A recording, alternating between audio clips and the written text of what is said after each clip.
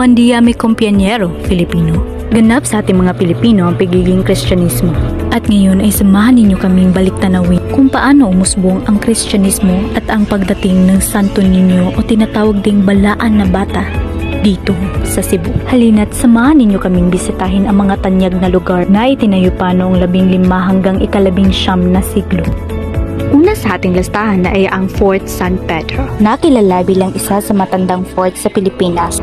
Ipinatayo ito noong 1565 ng mga Espanyol na mananakop. Kaya ito ang pinakamatandang triangular bastion fort sa Pilipinas. Nakasaksi ito ng siglo na kasaysayan. Ito ay tinayo para depensahan laban sa mga manghaharas. Naglaro ito ng mga mahalagang papel sa iba't ibang mga laban. At ngayon nga sa Fort San Pedro, makikita mo sa museo na nagtatampok ng mga artepakto, kanyo at exhibit na dadalhin ka sa nakaraan mula sa pananakop ng mga Espanyol hanggang sa pagmay-ari ng Amerika. Dito nga rin na nakita namin ang litrato ni Magellan at ang mapa ng Cebu na siya mismo ang nagguhit. Marami kaming nakitang historical na mga litrato dito sa Fort San Pedro. Pagkatapos namin sa Fort San Pedro ay naisipan naming dalawin ang bagong Malacanang sa Subo o ang National Museum de Cebu. Guys, bawal po video sa loob. Nakakita kami doon ng isang malaking pintura na naglalaban ang mga Espanyol kasama na dito si Magellan at si Lapu-Lapu. Sa kabilang dako naman ay nakita namin ang sinaunang litrato ng Santo Niño at mga pintura na ipininta ng ating mga dakilang pintor.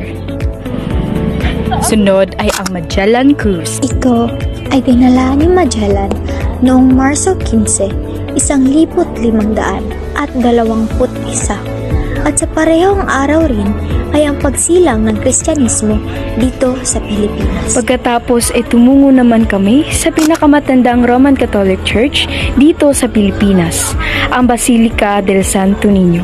Ito ay kilala bilang isa sa mga tanyag at lumang Roman Catholic Church sa Pilipinas na itinayo pa noong taong 1565.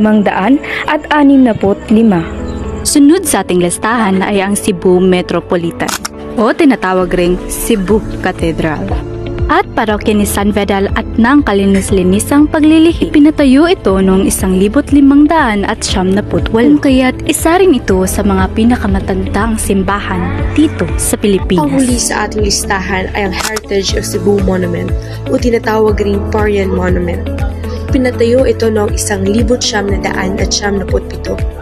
Ito ay ginawa ng ating mga kababayang Filipino sculptor na si Eduardo Castillo, Herandio Espanyol at Ildefonso Santos. Isa na namang panibagong historikal na pag-aaral ang ating natutuhan at nasaksihan rin natin ang kagitingan at katapangan ng ating mga bayaning Pilipino na nakipaglaban sa ating kapayapaan at karapatan. Isa na dito si Lapu-Lapu.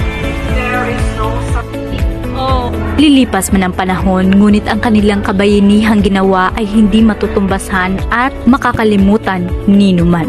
Ang kanilang ginawa ay naging silbing lakas sa ating mga Pilipino na hindi tayo basta Pilipino lang, kundi tayo ay isang palaban at respetadong Pilipino.